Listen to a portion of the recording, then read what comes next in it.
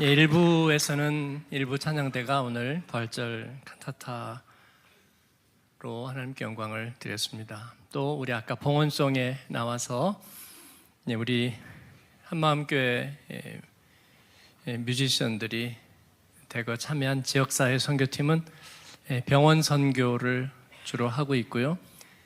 오늘 무대에 서는 횟수까지 합하면 오늘이 딱 100번째입니다. 100번째 유빌레움이죠. 작세나오젠 병원, 또 호에막 병원, 그 외에도 여러 병원들을 코로나 시절에도 변함없이 줄기차게 50명 이상의 우리 성도들, 뮤지션들이 병원 선교에 참여해 왔고요. 또 지금은 장애인 기관, 또 요양병원 기관에까지 사역의 폭을 넓혀서 환우들과 의료진들에게 정말 사랑받고 있습니다. 장기 코마 상태에 있던 환자들이 반응을 보이기도 하고, 또 무엇보다도 의료진들, 독일 의료진들이 우리 사역팀의 팬이 되었습니다. 또 여러 독일 전체 의사들의 모임에서도 초대받기도 했습니다. 우리 하나님께 감사와 또 영광을 드리고 우리 지역사회 선교팀, 병원 선교팀에게 한번 축복의 박수 부탁드립니다.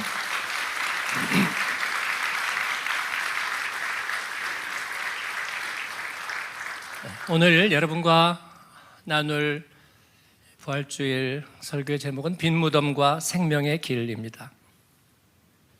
하나님이 인간의 몸으로 오셨고 또 우리 죄인을 위해서 대속의 죽음을 죽으시고 그 죽음에서 부활하셨다는 것은 우리가 이해할 수 있는 일이 아닙니다. 하나님이 우리의 이해를 구하기 위해서 하신 일이 아닙니다. 그리고 우리의 사전 동의를 얻거나 또 나중에 우리의 동의를 얻어야만 되는 일은 아닙니다. 그것은 온전한 하나님의 결정이고 영원하신 하나님의 계획입니다. 하나님은 이 놀라운 프로젝트를 창조의 프로젝트와 동일한 비중으로 계획하셨습니다. 그리고 이 자신을 내어주시고 구원하시는 이 놀라운 이야기가 곧 자신의 성품이라고 우리에게 그렇게 알려주셨습니다.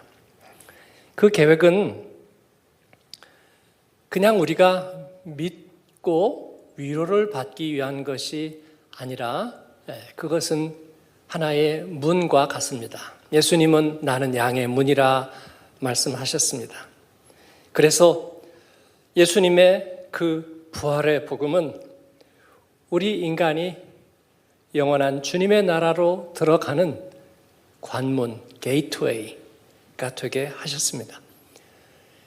그래서 내가 그것을 교리로 믿느냐, 인정하느냐 그런 문제가 아니라 내가 그 문에 들어서면 우리가 비행기 티켓을 가지고 검색대를 지나면 또 이미그레이션을 지나면 그리고 마지막에는 게이트 문을 지나면 비행기를 타고 우리가 가는 목적지로 가게 됩니다.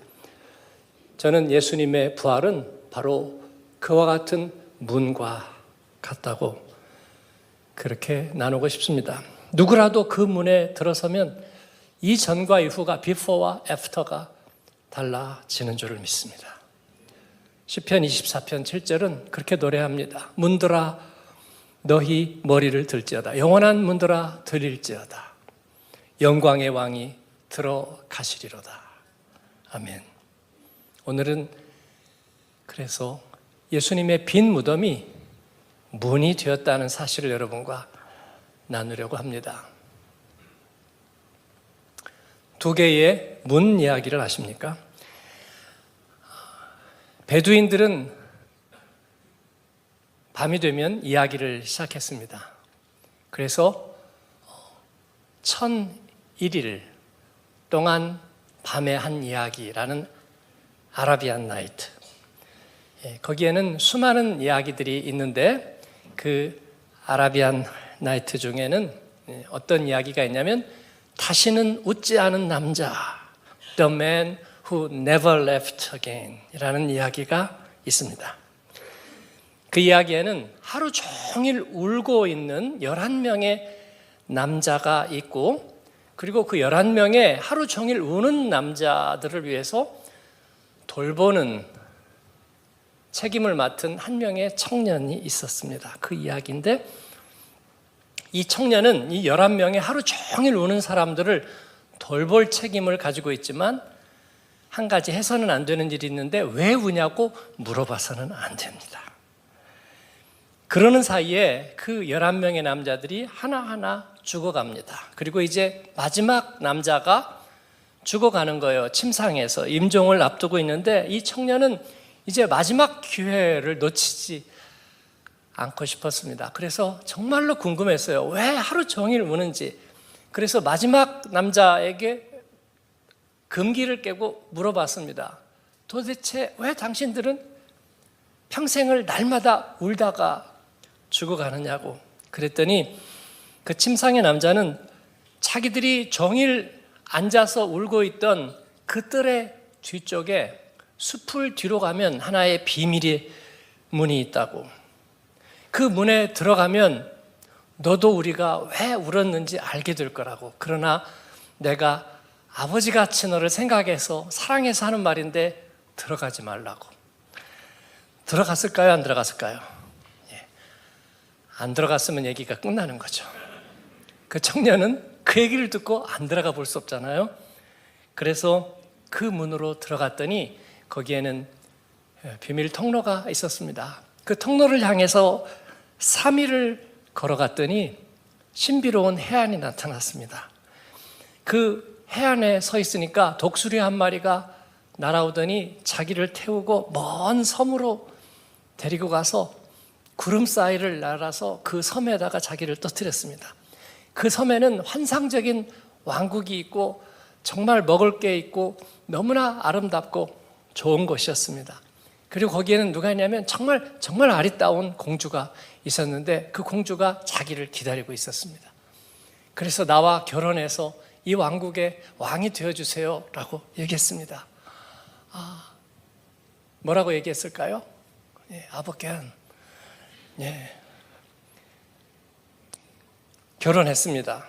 그리고 왕이 되었고요. 정말 아름다운 여인과 산의 진미 속에서 너무나 행복한 삶을 살게 되었습니다. 그런데 그는 어느 날 또다시 얘기를 듣습니다. 결코 들어가서는 안 되는 문이 하나 있다고. 들어갔을까요? 그는 유혹을 이길 수 없었습니다. 지난번 문보다 아마 더 좋은 문이 있을 거야 라고 생각하고 그 문을 열고 들어갔습니다. 그랬더니 어디가 나왔을까요? 자기가 떠났던 그 해변이 나타났습니다. 아무도 없는 해변에 서게 됐어요. 그래서 그 청년은 빨리 자기를 그 섬으로 데려다 줄 독수리를 기다렸습니다. 석 달을 기다렸는데 독수리는 오지 않았습니다. 굶어 죽을 수는 없잖아요. 그래서 다시 자기가 떠났던 그 동굴로 들어와서 그 정원으로 다시 돌아오게 됐습니다. 그리고 다시 일생을 울면서 지내게 되었다는 이야기. 아라비안 나이트. 끝. 문 얘기 하나 더 할게요. C.S. 루이스가 쓴 판타지 소설 나니아 연대기는 7부작입니다. 그 중에서 1950년에 제일 먼저 쓰여진 가장 유명한 이야기가 사자, 마녀, 옷장이라는 이야기죠. 2차 세계대전이 한창이던 때 독일군의 공습을 피해서 영국의 어느 도시에 살던 네 형제가 시골의 친척집, 커크 교수라는 먼 친척집에 내려가서 지냅니다. 그러면서 그곳에서 어떤 낡은 옷장을 발견하죠. 그 중에 여자아이인 루시가 우연히 그 문을 열고 문을 닫았는데 그 옷장의 낡은 옷장의 문은 통로였습니다. 그래서 그곳으로 들어가서 어떤 새로운 세계를 발견하게 되는데 그것은 나니아라는 나라였어요. 그런데 100년 동안 겨울만이 존재하고 크리스마스도 없었어요. 왜냐하면 마녀의 마법으로 그 마법의 지배를 받고 있을 뿐만 아니라 그 마녀는 하나의 법을 만들어 놓았어요. 그래서 그 법의 지배를 받고 있는 겁니다. 그런데 그 루시는 다시 나올 수 있었어요. 나무처럼 자라는 그 가로등이 그 통로에 신호했는데 그곳으로 돌아오면 다시 옷장으로 나올 수 있었습니다. 그리고 그 이야기를 하고 그 4명의 형제들은 우연찮게 동시에 그 문에 들어가게 되고, 그런데 그곳에서 이 겨울 왕국의 마녀의 함정에 빠져들게 되는 거죠. 그리고 마녀의 율법을, 젤리의 유혹을 이기지 못해서 마녀의 유혹을 받고 마녀의 율법을 어긴 에드먼드라는 그 사내아이는 처형을 당해야 되는 상황에 이르게 되었습니다. 왜냐하면 그 마녀의 법을 어긴 배신자는 처형을 당해야 되기 때문입니다. 그때 그들은 나니아의 신적인 존재, 진정한 왕, 우리가 영화에서 사자의 하얀 사자의 모습을 하고 있는 아슬란이라는 사람에 대한 소문을 듣게 됩니다. 그리고 그에게 도움을 구하죠. 아슬란은 이 에드먼드를 구해주는데 사실은 법을 어겼고 그 법의 지배를 받고 있기 때문에 이 에드먼드를 구한다는 것은 어려운 일이었는데, 이 아슬란은 마녀와 무슨 얘기를 하고서 이 에드먼드를 구해냅니다. 어떻게 구할 수 있었을까? 아이들은 궁금했는데 밤에 이 아슬란이 어디론가 사라집니다. 루시는 이 아슬란을 몰래 뒤를 밟아서 어디를 가는가 했더니 아슬란은 다시 마녀를 만납니다. 그리고 마녀의 군대가 둘러싸고 있는 가운데서 이 아슬란이 죽임을 당하죠. 아슬란은 자기가 대신 죽임을 당하는 조건으로 이 철없는 에드먼드를 살려주도록 마녀와 얘기를 나눈 거였습니다. 마녀는 너무나 즐거워하면서 이 아슬란을 죽였습니다. 그 모습을 보고 이 루시는 너무나 슬퍼서 울고 있는데 마녀는 떠나가고, 그런데 그 사이에 아슬란이 다시 죽음에서 살아납니다.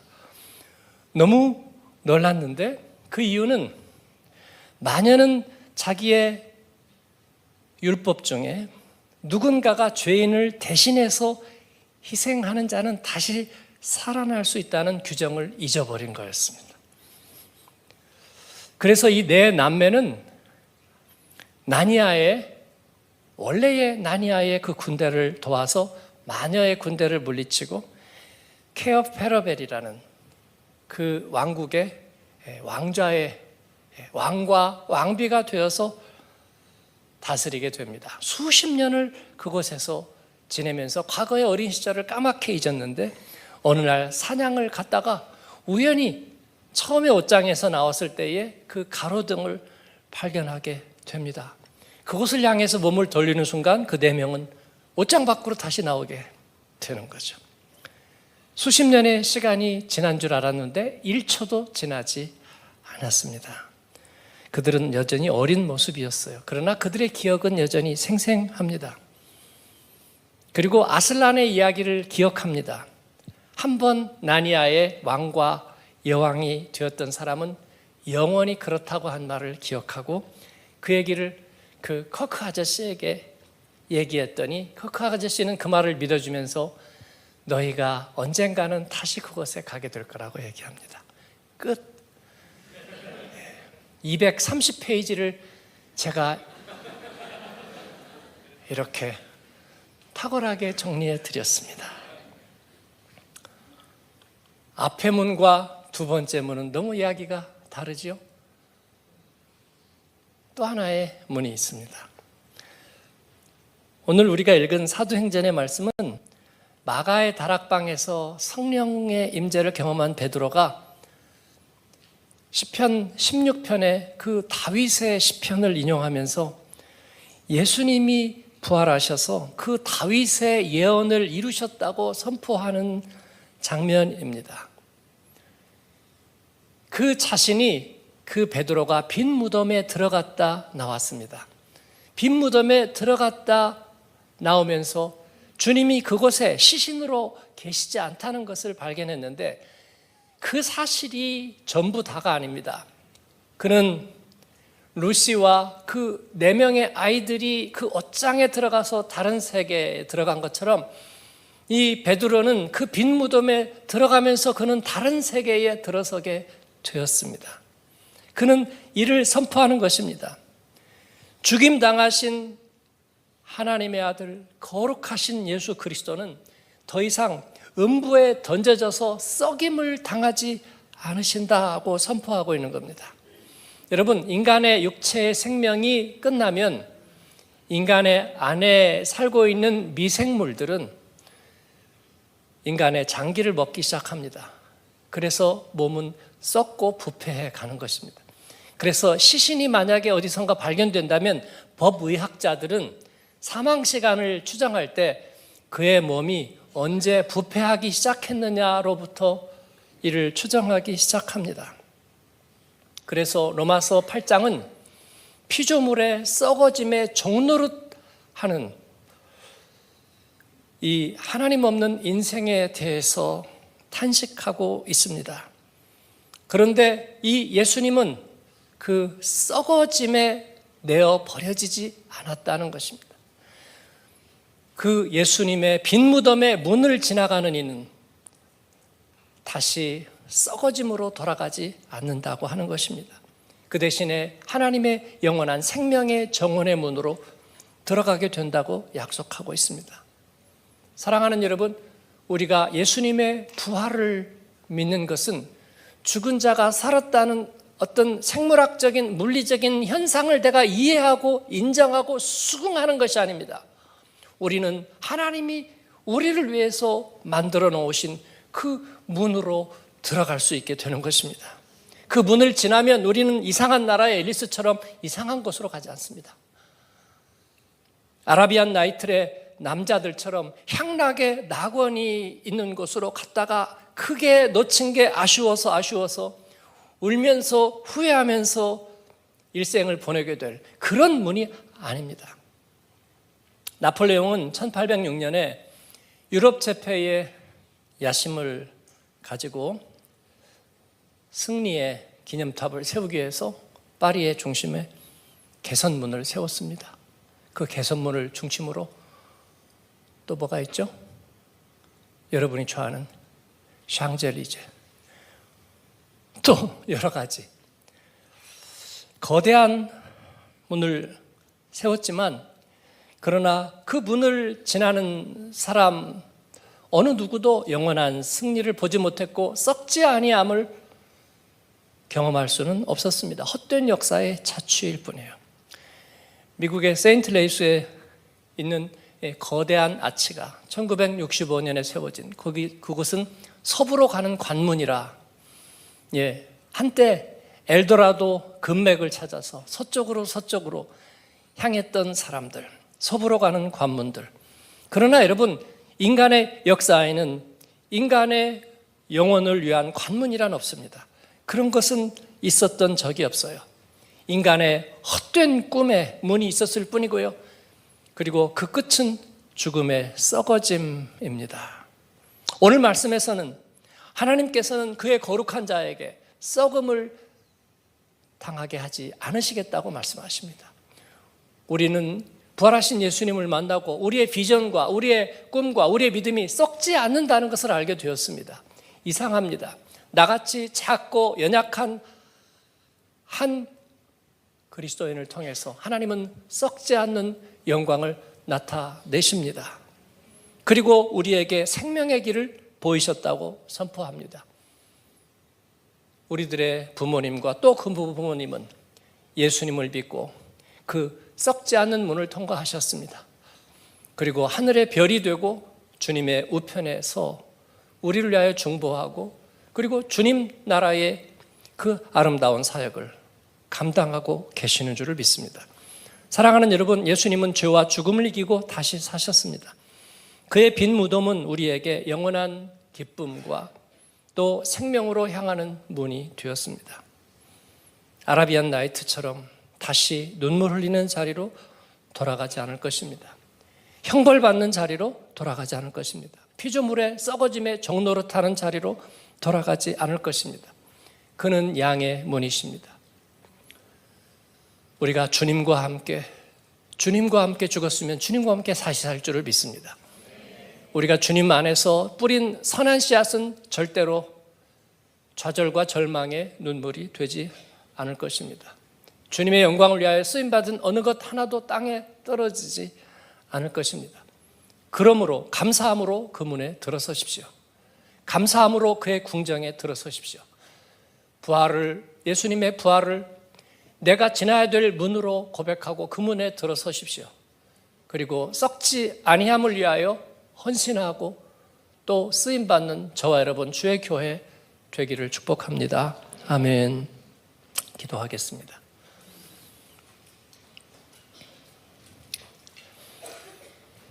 주님은 양의 문이 되셨습니다. 우린 예수님 안에서 썩지 않는 생명을 받았습니다.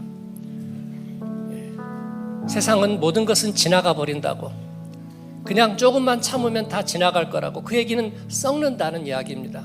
너의 선한 생각도 아름다운 꿈도 젊은 날의 열정도 다 지나간다고, 즉 부패해 버릴 것이라고 말합니다. 그러니까 내버려둬. 그냥 지나가게 내버려둬. 그냥 소멸되게 내버려둬. 인생이란 그런 거야 라고 말합니다. 그렇습니다. 생물학적으로 그렇습니다. 물리학적으로 그렇습니다. 되돌릴 수 없는 시간 속에서 그렇습니다. 그러나 주님은 우리에게 새로운 문이 되셨습니다. 그 안에서 우리는 썩지 않은 것을 위하여 쓰임받을 수 있습니다. 주님은 우리 안에 그것을 입증하십니다. 하나님이 주신 비전과 우리에게 주시는 그 믿음과 구원의 확신은 썩지 않고 환난과 어려움을 당할 때 오히려 빛을 발합니다. 너희는 세상의 빛이라, 이 빛을 높이 들라고 말씀하십니다. 주님, 우리는 부활의 믿음 위에 서겠습니다. 썩지 아니할 것을 위하여 하나님, 우리는 일하겠습니다. 하나님의 영광을 바라보겠습니다. 주님께서 그렇게 축복하여 주옵소서. 빈 무덤으로 생명의 문을 삼으시옵소서. 하나님, 평안 없는 세상에 하나님 이 부활의 영광의 복음을 선포케 하여 주옵소서.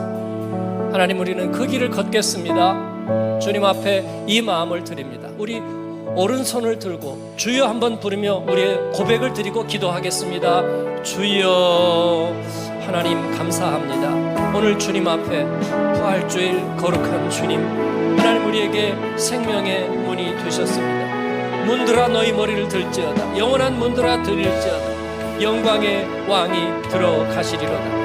하나님, 우리 안에 오셔서 나의 왕, 나의 주가 되셨습니다. 생명의 주가 되셨습니다. 주님께 영광을 드립니다. 아버지, 이 부활의 믿음을 주님 앞에 올려드립니다. 주여, 영광을 받으소서. 예수님의 이름으로 기도합니다. 아멘. 우리 응답 찬양으로 일어나셔서 부활하신 구세주 찬양하겠습니다.